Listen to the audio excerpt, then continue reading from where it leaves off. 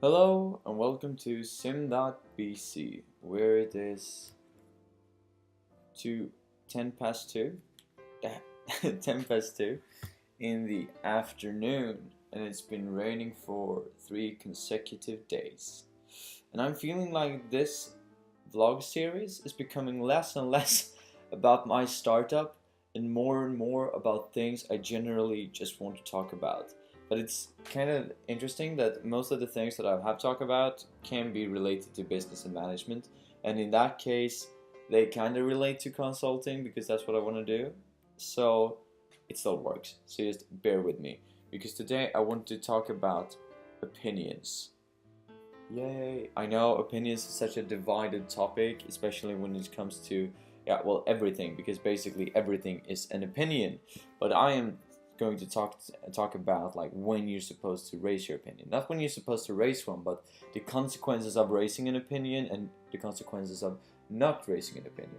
So, just to kick this off, let's start with 7 good reasons why you should voice your opinion. You'll appear more confident. People know that. If you can stand for what you say and you can stand for your own opinion at a meeting or at a bar or with your friends, you will seem more confident. But the consequence to this is that if you voice an opinion that isn't that well thought through, you can also look like well, how do you say this in a nice way? An imbecile, someone who hasn't look through all of the other options, and someone who just don't know all of the perspectives and know all of the things that is happening in the context. Because if you just voice an opinion that you have, it might not be the best opinion to voice. Now that might sound very strange because an opinion is your own and your opinion is maybe not the same as anybody else's, but that doesn't make it less right. But it kind of does. Because, for instance, if you're sitting in a meeting and you're supposed to do a product, right?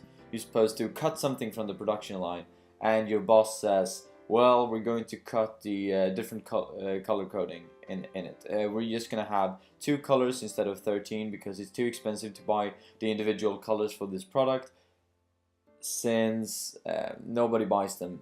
These two are our main colors that are bought in the product. And you come up with the idea that no, we should cut costs in machinery instead, and we should just invest money in more people doing the work. Now, this is an opinion you might have. It might make a change in the production line, but it might not be that good. So, even though you think that you're right, maybe you think you're right. Maybe you think that, oh, more jobs, that's good for the economy, maybe. Or I know someone who's out of a job that we can hire, and they could work for a very low cost and all of that. But sometimes you might look like a complete fool if your boss or manager have said one thing and you voice an opinion that is strictly against it. Now, a good way to counteract this is to say, I can see you're part of the discussion, I can see what you're thinking, this is how I would go about it, but that is hedging, and if you're hedging your own opinion, then how much do you believe in it, right? But still, that's something you should do in business, otherwise you will just look like a jerk. But that's a problem that might come up, that if you have your opinion, still it's your opinion, it's just a shot in the dark maybe, but think it through before you voice it. But yes, you will appear more confident, but you can also look like an imbecile. And the next one is, you never know what could change. So for instance, if we go back to this, if you choose to voice this opinion about changing the machinery for people instead, like you want to hire more people, you never know if that can actually change, because even though your opinion at this point in time might not be the popular opinion, this might change, right? Because this can make a change, or this can kick off a change, because your boss might have heard it and disagreed, let's say, and then they come into their office with their managers and their bosses and the CEO maybe, and the CEO just throws out this completely random idea that, you know what, I want to change the machinery, and then your boss will have already heard this from you, and when the CEO says it as like a crazy idea, this person has already heard it once before. So it could be a good thing to voice even the strangest opinions, and of course it adds to diversity in the innovation process, and you should do it, but still think about what you're like what you're putting on the line. You're putting yourself on the line if you do that. That's like the consequence of it. But yes, it could make a change if it goes through, but it can also make the change that you're removed from the workforce if you're constantly doing this and they're never good in alignment with the work, with the rest of the management team, for instance. You'll drive discussion. Yes, you will very much do this. You will drive a discussion, but it might not be a positive discussion, because you might say, well, I'm going to do this and I want to do this, and your boss is saying, no, we won't do that. Sure, this can, and the discussion can end there, because your boss says no, and then you may be supposed to be like, okay, I back off. Depends on what working culture you're from. But if it does spark a discussion with the rest of the management team, well, in this case, they will most likely come to the conclusion that no, you're perhaps wrong, or it's too costly to do this, or it's not aligned with the with our mission and vision of the company, our envisionment of where we want to be. But it can still spark a discussion. It totally can do, but just don't do it all the time. I'm just gonna skip through this, and not skip through it, but just mention them so we have them. Good things with voicing your opinion then. If you're wrong, you'll learn why. That's not necessarily true in business either. You can just be learning you're wrong, and then they can fire you. The risks are low. Depends on where you work, depends on what you do. Now, these steps I can just mention are probably from a social context. So if you're just out with your friends, this is what's happening if you voice your opinion, but I'm just translating them into business. Regretting an action is better than regretting an inaction. Now, these are all the 7 steps, right? The ones I've told before, and the ones that is listed now. And they're taken from Inc., and I accessed it the 10th of September today, 2017. Probably the same day that's going to be uploaded.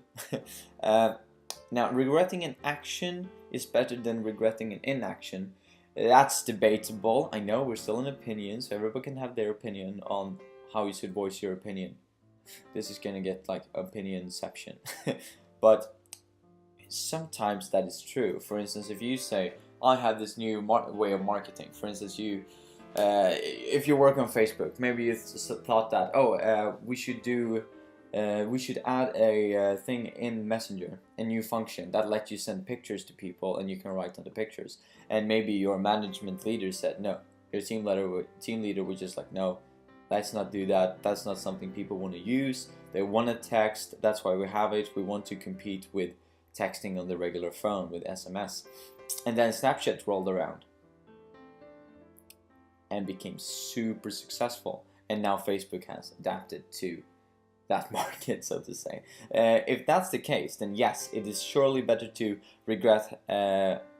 It's surely better if you would have acted and said that than thinking about, oh, I should totally have said that, but I didn't.